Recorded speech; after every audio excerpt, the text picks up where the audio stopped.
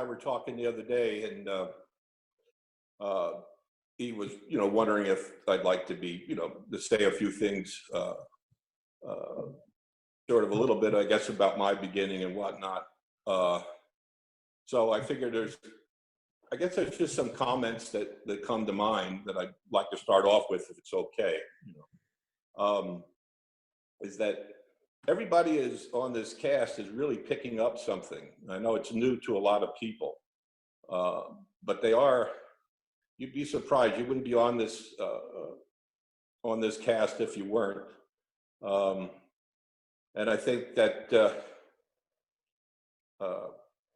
just realizing it, whether it comes in big spurts or little spurts,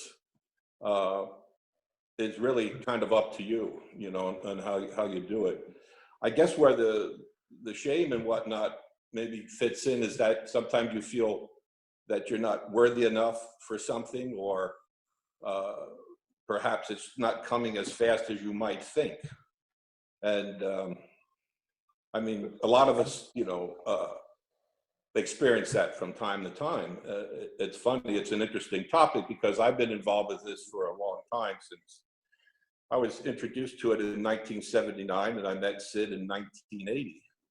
But it's funny, it's not that you don't have your challenges in what you're doing, because you do. And we all go through this. But I was just thinking about a little bit yesterday what I might want to say, but you don't realize how much you're gaining sometimes at that particular moment. Just the fact that, and I know there's some new people, that the new people are on here, they're gaining more than they realize. They really do. Because I've talked to people about this, and I couldn't get them even to take the first step, no matter what the subject was. So I wanted to, that was something that came to mind that I wanted to say. And it's that unfolding process. Like I was talking about the little screen becoming bigger and bigger. We can all access that full screen at any time. We can all have that full experience at any point in time. It's really a matter of how willing we are to let go of our old ideas, our old conditioning. Absolutely. Yeah. No, and it's neat, because when these little things hit you, they're really an uplift. You look at life a little bit differently, and all of a sudden things change, and you don't even know sometimes that they're changing. When I was talking to Harry, now this just happened, this is just how it worked for me. I was pretty much hooked on cigarettes for a while, and I wanted to get off of them. If people want to smoke, that's fine. I just didn't want to, and I didn't like the idea in my mind that the cigarette was telling me what to do. So I would, crunch them up, and I'd throw them away, and then I'd go buy another pack. And knowing that my thinking has, that plays a part in this. And this is back when I was just learning. I thought, geez, and just like what you were saying, which really hit home, we certainly give ourselves a bad time. We give ourselves, more of a bad time than we do other people. We have an Right. expectation sometimes. At least I do. So the point that I'm making is that I said to myself, well, if you're going to smoke, enjoy it. Quit bugging me about it. Now, again, this isn't a technique. This is just how it happened to me. And I had a half a pack of cigarettes, and I put them down, and I never picked them up. I never did. I mean, that was something. And then some people would say, well, you weren't really hooked on the cigarettes. Well, I used to go through the ashtray to find a butt when I didn't have a cigarette. So I would imagine I had to have it a little bit. But that was just one of the things that I guess that I'd like to mention, that you never know how your gift is going to come, I guess is what I want to say. It comes in many different forms and whatnot, and it's just a matter of just staying open, and it'll come, really, because I guess I'll say the old cliche, if it can happen to me, it can happen to anybody, is the way I looked at it. If I'm making sense that way. Yeah.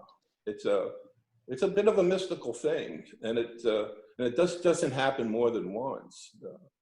We forget sometimes how much we've changed, because the new normal becomes the normal, for you. Yeah. Yeah. Yes. Now, the shame part is that you're not living up to what your expectations are, you know, what you think you should be doing can be, right? Or that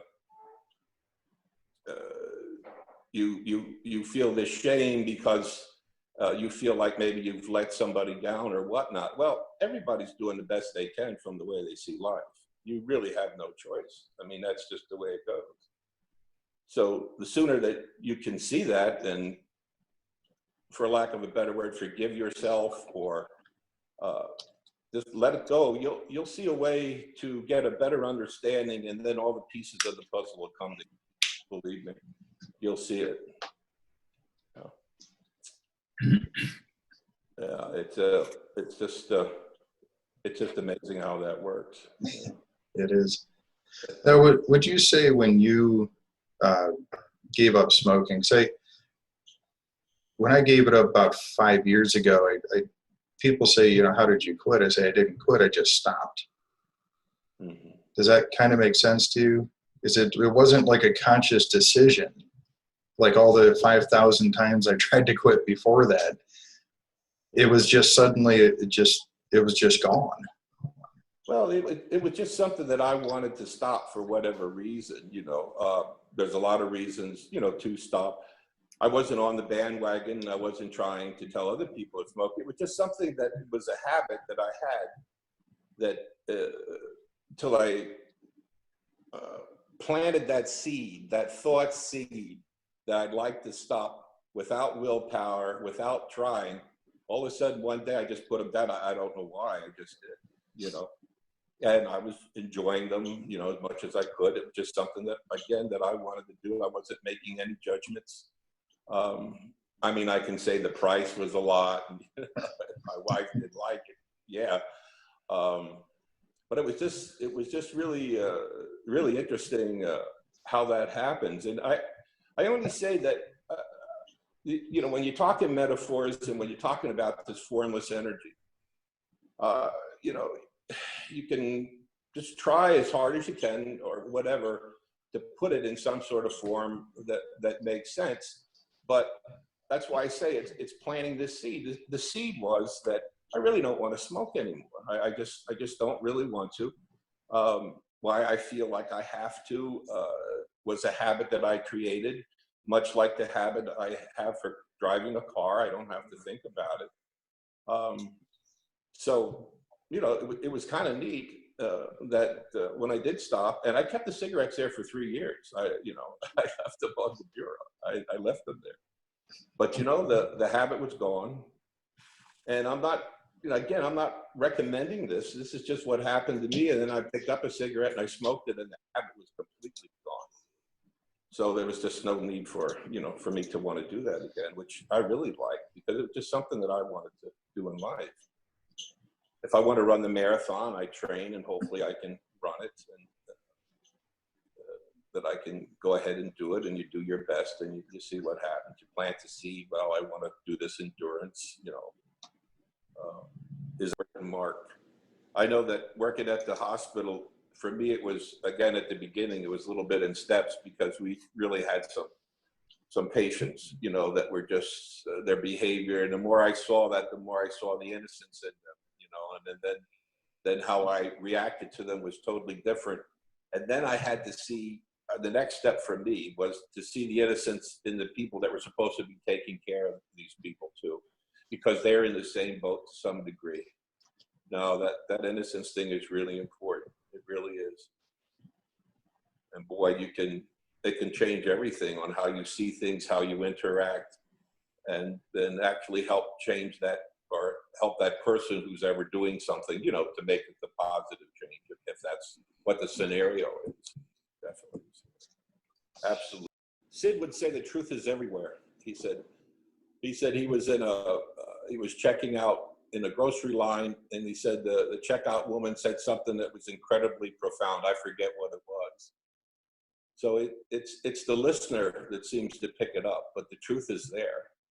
And he used to say that too. He said, go to your churches, go to your synagogues. He said, he said, but when you're there, whatever the preacher's trying to say, try to look past what the word is, where they're pointing you to, he would say. Right. So that was interesting. That to me was just interesting.